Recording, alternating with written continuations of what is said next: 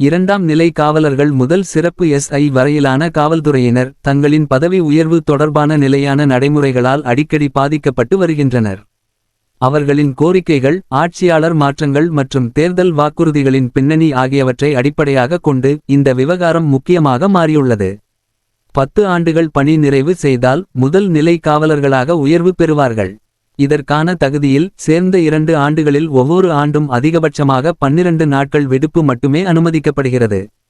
அதிகமாக விடுப்பு எடுத்தால் அவர்களின் பதவி உயர்வு தள்ளிப்போகும்.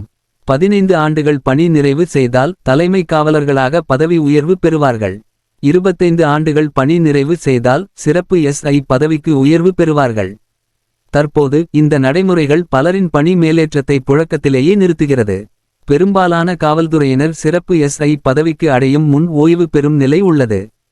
திராவிட முன்னேற்றக் கழகத்தின் 2021 தேர்தல் வாக்குறுதி. தேர்தலின் போது திராவிட முன்னேற்றக் கழகம் வெளியிட்ட தேர்தல் அறிக்கையில் காவல்துறையினர் குறித்த வாக்குறுதி முக்கியமாக குறிப்பிடப்பட்டுள்ளது. அந்த வாக்குறுதியில் 7 ஆண்டுகள் பணி முடித்தால் முதல் நிலை காவலர் பதவி உயர்வு, 10 ஆண்டுகள் பணி முடித்தால் தலைமை காவலர் பதவி உயர்வு, 20 ஆண்டுகள் பணி முடித்தால் சிறப்பு SI பதவி உயர்வு. இது தொழில்நிலை சார்ந்த நிரந்தர நிலையை மேம்படுத்தும் முயற்சியாக காவல்துறையினரால் பாராட்டப்பட்டது. இதை நம்பி பெரும்பாலான காவலர்கள் திராவிட முன்னேற்றக் கழகத்திற்கு ஆதரவு வழங்கினார்கள். ஆனால் திராவிட முன்னேற்றக் கழக ஆட்சி அமைந்த 3 ஆண்டுகள் கடந்தும் இந்த வாக்குறுதிகள் செயல்படுத்தப்படவில்லை.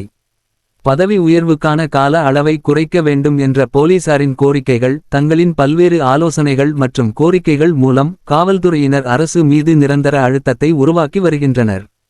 அவர்கள் கூறுவதை பொருள் புரிந்து கொள்ளும் போது சில முக்கிய அம்சங்கள் வெளிப்படுகின்றன. நிரந்தர பதவி உயர்வின் தாமதம்.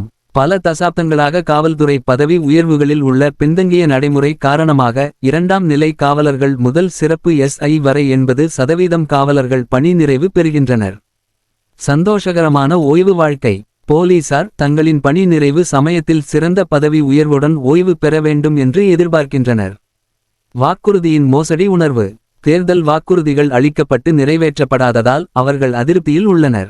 காவல்துறையினரின் அதிருப்தி, ஒழுக்கத்திற்கு மத்தியில் நம்பிக்கையின்மை. காவல்துறையினரின் மனநிலையை புரிந்துகொள்ளும்போது அரசின் மீதான நம்பிக்கை குறைவது கனசரிவாக தெரிகிறது.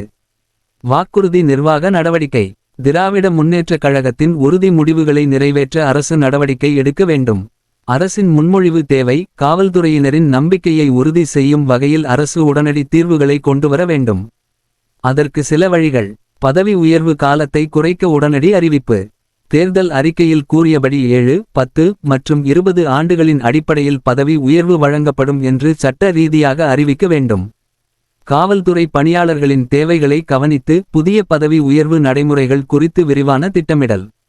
பொதுமக்களுக்கான நம்பிக்கையை உறுதி செய்ய வேண்டும். காவல்துறை பணியாளர்கள் மக்களுடன் நேரடியாக தொடர்பு கொள்ளும் முக்கிய சாதனமாக இருப்பதால் அவர்களின் நம்பிக்கையை அரசு பராமரிக்க வேண்டும். பொதுமக்களுக்கு ஏற்படும் தாக்கம். காவல்துறை அதிருப்தியில் இருப்பது பொதுமக்களுக்கு எதிர்மறையான பாதிப்புகளை ஏற்படுத்தும். இது செயல்பாட்டின் செயல்திறனை குறைக்கலாம். காவல்துறையின் ஒருங்கிணைப்பின் குறைபாடுகளை உருவாக்கலாம். காவல்துறையினரின் கோரிக்கைகள் நீண்ட காலமாக புறக்கணிக்கப்பட்டு வருகின்றன. திராவிட முன்னேற்றக் கழக அரசு அளித்த வாக்குறுதிகளை நிறைவேற்றுவது மட்டுமல்லாமல் காவல்துறையினரின் நம்பிக்கையையும் மீட்டெடுப்பது அவசியம். இது காவல்துறை மற்றும் அரசின் நேர்மையான ஒத்துழைப்பை உருவாக்கும் முக்கியத்துவம் வாய்ந்த ஒரு நிகழ்வாக அமைவது உறுதி. அனைத்து விதமான உள்ளூர் மற்றும் உலக செய்திகளுக்கு நமது www.adibantv.com என்ற இணையதளத்தை பார்வையிடவும்.